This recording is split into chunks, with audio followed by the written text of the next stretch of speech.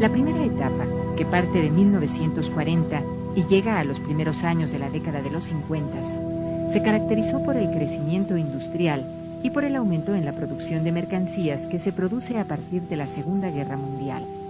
La necesidad de los países en guerra de destinar sus recursos a la producción de armamentos originó una gran demanda de productos que fue satisfecha con las mercancías mexicanas. Asimismo, la industria nacional tuvo que producir las mercancías que antes se compraban en el exterior a los países que estaban en guerra. Es decir, se desarrolló la política de sustitución de importaciones iniciada en México desde la crisis económica mundial de 1929.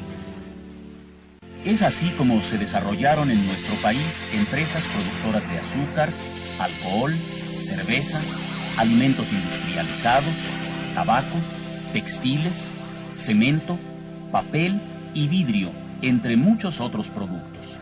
Es decir, se desarrolló la industria ligera productora de bienes de consumo que no necesitaba una gran tecnología.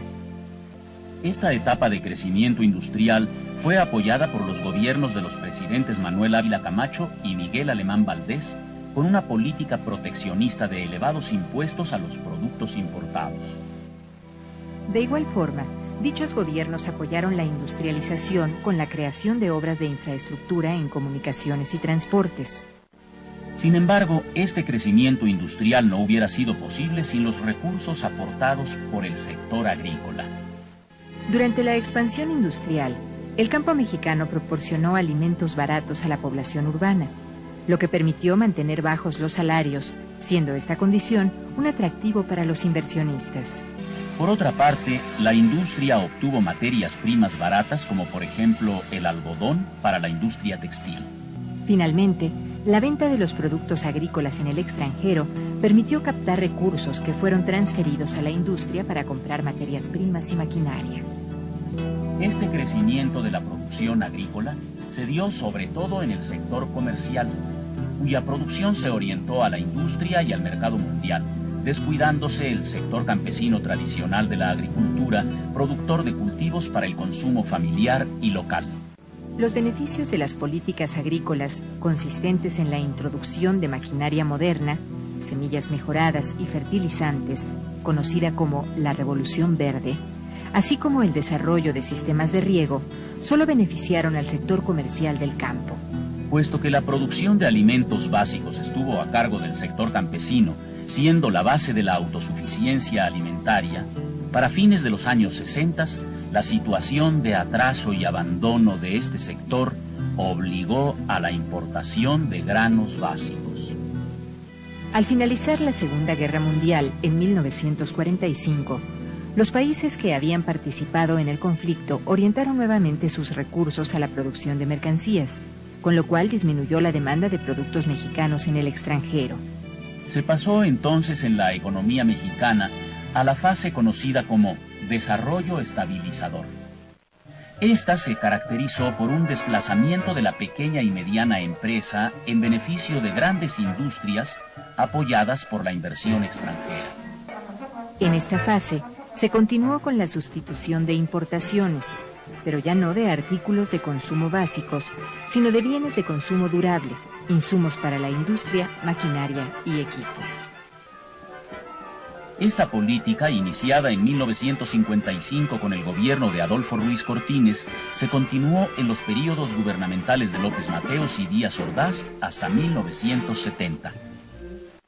Se le llamó desarrollo estabilizador a esta etapa porque se pretendía mantener estables los precios de las mercancías, los salarios de los trabajadores y los costos, tanto de las materias primas como de los productos agropecuarios.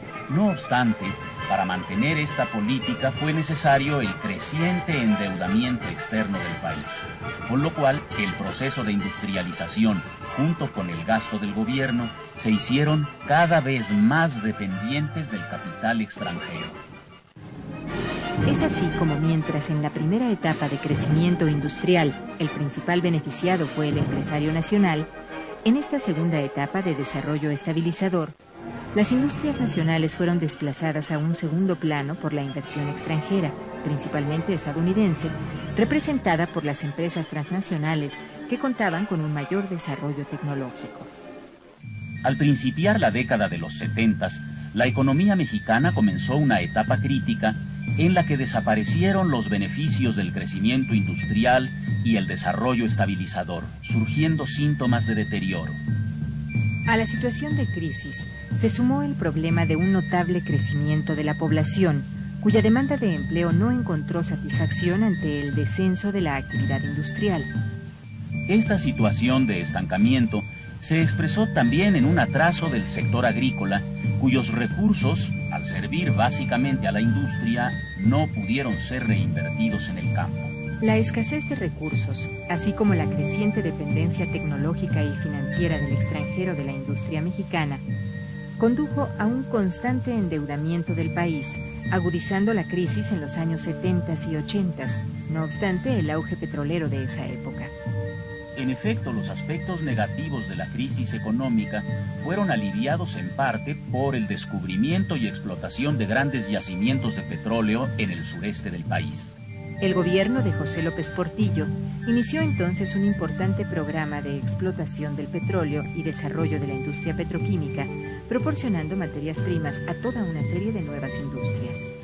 El gobierno aprovechó los recursos obtenidos por las exportaciones petroleras para desarrollar un programa de creación de empleos, que sin embargo se basó en un excesivo gasto público. No obstante, al disminuir los precios internacionales del petróleo, el gobierno enfrentó serios problemas de endeudamiento externo, disminución de la actividad industrial, fuga de capitales extranjeros y pérdida de valor de nuestra moneda. El gobierno del presidente Miguel de la Madrid enfrentó este serio problema disminuyendo el gasto público y vendiendo empresas estatales. De igual forma, se renegoció la deuda externa y se propició una apertura comercial que canceló la política de protección a la industria nacional desarrollada en las décadas anteriores. Por otra parte, se trató de alentar la inversión, impulsando la producción manufacturera a través de las maquiladoras y estimulando el progreso tecnológico por medio de la llamada reconversión industrial.